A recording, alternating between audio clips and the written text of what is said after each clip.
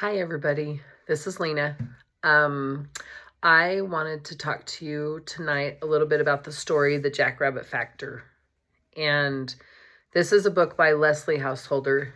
It's also a book that is used in her guided mindset mastery course that I have been doing with Christy Lee.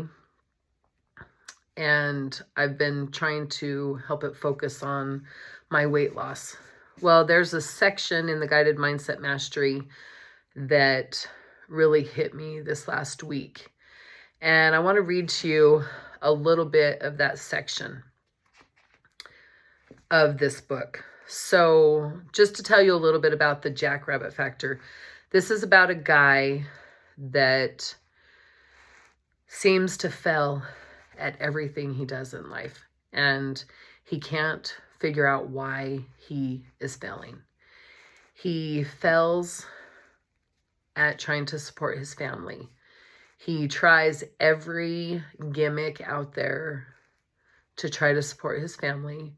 He does what other people do, and he does what other people do that are successful, and he can't seem to be successful at it. So he ends up getting into a big argument with his wife, and he goes off in the woods nearby his house, and he takes a little nap. And in this nap, he's having a dream. And so this book is about his dream and about learning all these laws of God to help him become what he really wants to be. And it helps him figure out how to accomplish these goals by catching a rabbit. And the rabbit is your goal, your dream, your goal that you want. So that just gives you a little bit about it. But there's a section in this book, and you can get this book for free off of Leslie Householder's website. I will try to find a link and put it in under the video so that you guys can, check out this book, because I'm telling you, it has changed my life. But I want to read to you a little bit about what I want to talk about today. So Richard ends up in his dream talking to this guy named Andy. And so this section starts, people just need to learn how to think differently. If they'd learn how to think like a winner, they'd be a winner. For one thing, I'd like to tell them to see the rabbit vividly before launching a full-blown attack. For crying out loud, I mean, that's just common sense. And I'd tell them, don't make excuses. Winners don't make excuses, period. Richard, in case you haven't noticed, excuses are epidemic out there on the path. For every person who has an excuse, there's someone else who is determined to succeed despite the same or worse circumstances. Nobody has an obstacle so great that there isn't also a way prepared for that person to succeed. That's a promise. A couple of years ago, I took a class, or actually I went to a training, and it was by John Izzo, and he wrote a book. It's called 100% Responsibility and Zero Excuses. And that part of the Jackrabbit Factor, the no excuses, that's kind of hard to look into, because our mind really does just want to make excuses. Well, I ate too much, and it was because I had all this food on my plate, and I can't I can't just throw it away. I don't want to throw it away. I've got to eat everything that's there. Or, other excuses. My house is dirty because I have too many kids, or all my kids make a mess, or my grandkids made a mess, or whatever. We can find excuses for everything we have in life. And John Izzo, he talks about the 100% responsibility, and he says, you take 100% responsibility. There's no excuses. 0% excuses. So what does that mean in weight loss? What is 100% responsibility and 0 excuses? If I pick up a candy bar, my excuse is, oh, I'm stressed today. Today was a crazy day at teaching and my kids were crazy and I just need a candy bar.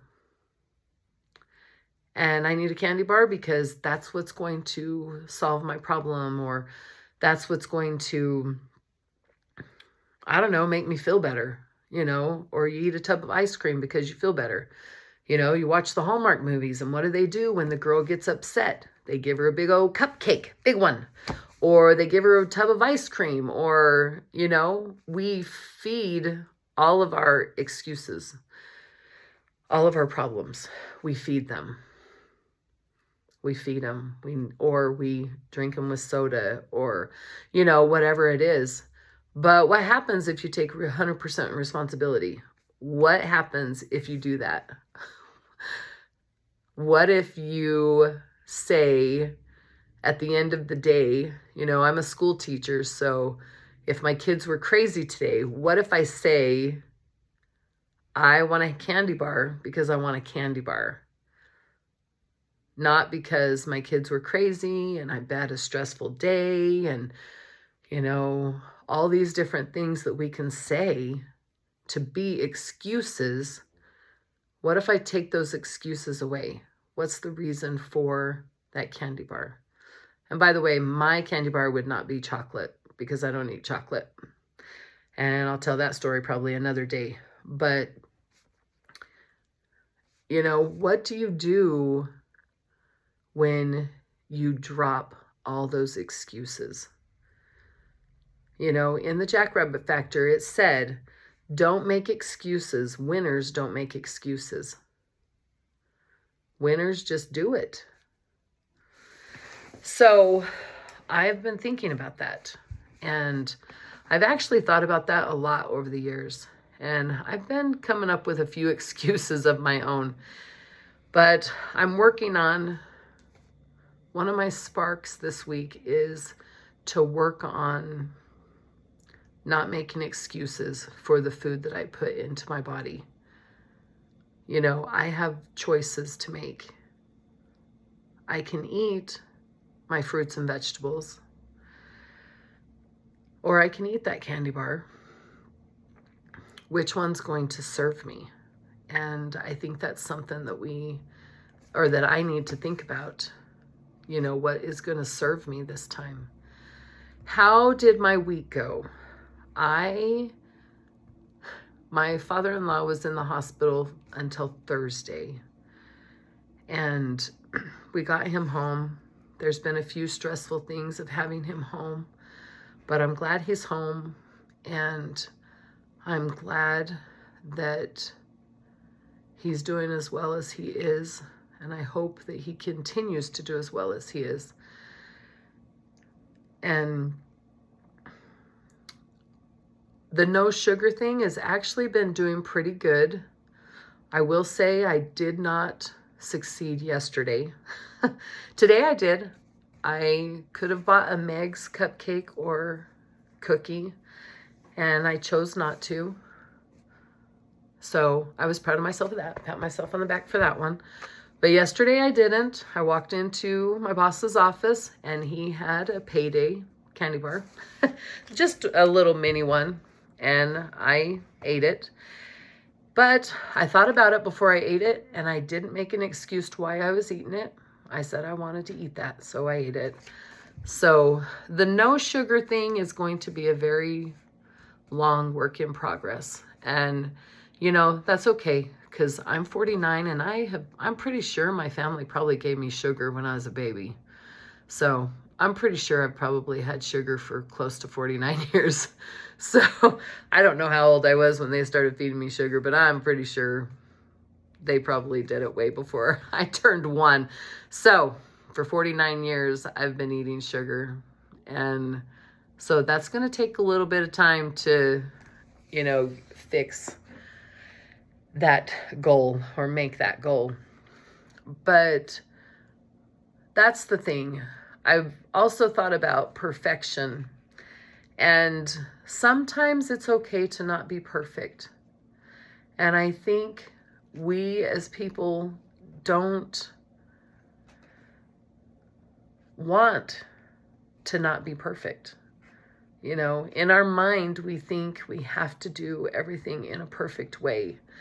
And something that I'm learning is it's actually good to not be perfect, because we need to have something to work for and something to strive for.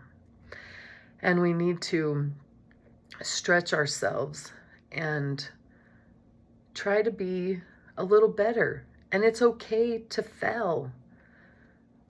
We hear that, but our mind, our brain, our human brain wants us to be perfect and not fail.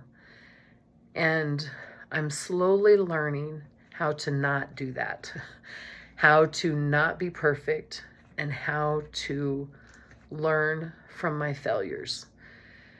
So now when something goes wrong or I fail at something, I'm like, okay, what do I need to learn from this? I've had moments where I didn't make a good choice, and I not necessarily was reprimanded, but somebody had talked to me about it, and I thought, okay, I'm hearing you. What do I need to learn from this?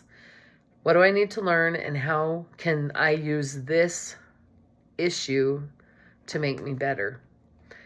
And I think that's really what we need to learn in this world is it's okay to fail as long as you learn from it. What can you learn from it? What can you gain and learn from it? And that's what I want to leave with you this week is stop making excuses. And I need to work on that. Stop making excuses and learn from your mistakes. And you're going to find your path and your way and what you want to learn. And I'm going to stop making excuses for the times I end up eating sugar. I really have been doing so much better.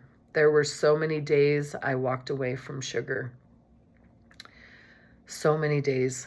Tonight, for instance, we have a place here in Thatcher that sometimes we go out to eat to, and we went and picked up food, and they have really good white chocolate chip macadamia nut cookies. Really good. And I didn't buy them. So pat myself on the back one more time for walking away from that sugar too. So you can do this. We got this. Just one day at a time, sometimes one moment at a time. And don't beat yourself up when you make a choice that wasn't the best food choice. And that's what I'm telling myself this week. Alrighty, I will talk to you guys next week.